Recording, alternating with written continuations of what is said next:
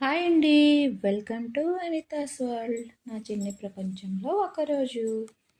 ఈరోజైతే ఆదివారం అండి. చర్చ్‌కెళ్ళొచ్చామనమాట. నేను, నా భర్త, పిల్లలు ప్రతి ఆదివారం కూడా దేవుని మందిరానికి వెళ్ళి ప్రార్థన చేసుకొని వస్తాము. అక్కడ చర్చ్ అయిపోయాక ఇంకా ఇంటికొచ్చేసాము. ఇంటికొచ్చేసాక మా వారు అసలే ఆదివారం ముక్కలేనిదే ముద్ద దిగదు. ఇక వెళ్ళి చికెన్ తీసుకొచ్చారు. ఏంటి చికెన్ ఇలా తీసుకొచ్చారంటే, ఇది స్కిన్‌తో తీసుకొచ్చాను. అది కాల్చిన కోడి మాంసం. టేస్ట్ చాలా బావుంటుంది అన్నారు. సరేనని చెప్పేసి నేను కర్రీ అయితే చేశాను. నిజంగానే సూపర్ టేస్టీగా ఉందండి. స్కిన్‌లెస్ కన్నా కూడా స్కిన్‌తో తెచ్చిన కర్రీ వండాను. టేస్ట్ అయితే సూపర్‌గా ఉంది. మీలో ఎంతమంది ఇలా కుక్ చేశారో కామెంట్ చేయండి. ఫుల్ రెసిపీ కావాలంటే కామెంట్ చేయండి. అయితే ఈరోజు నేను మీతో ఒక విషయాన్ని అయితే షేర్ చేసుకోవాలని అయితే అనుకుంటున్నానండి. మేము మా హౌస్ కట్టుకున్నాము. మా హౌస్ కట్టుకున్నాక ఒక 2 ఇయర్స్ తర్వాత పక్కన ఒక హౌస్ కట్టారు. అయితే మా హౌస్‌కి ఒక క్రాస్ వచ్చింది. ఆ క్రాస్ అనేది వదిలేసి మేము సైడ్‌న వదిలేసి మా హౌస్ అయితే మేము కన్‌స్ట్రక్షన్ చేపించుకున్నాం.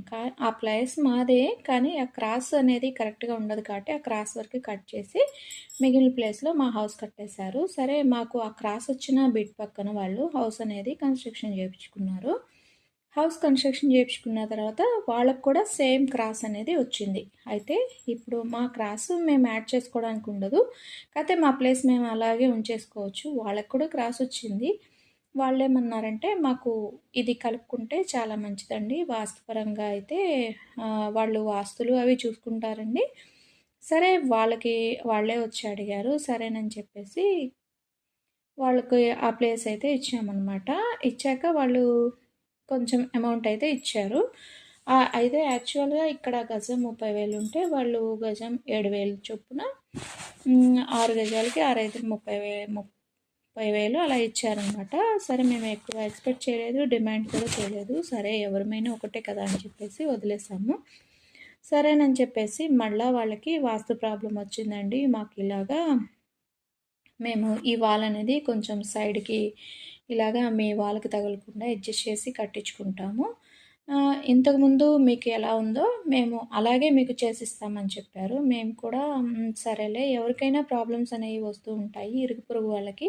ఆ మాత్రం అర్థం చేసుకోకపోతే ఎందుకులే అని చెప్పేసి సరే అని చెప్పాము. సరే వాళ్ళైతే ఏం చేశారండి, వాళ్ళ వరకే చూసుకున్నారు. వాళ్ళ వరకే కట్టేశారు. అసలు డ్రైనేజ్ కానీ మా వైపు ఎలా ఉన్నది అలా చేయలేదనమాట.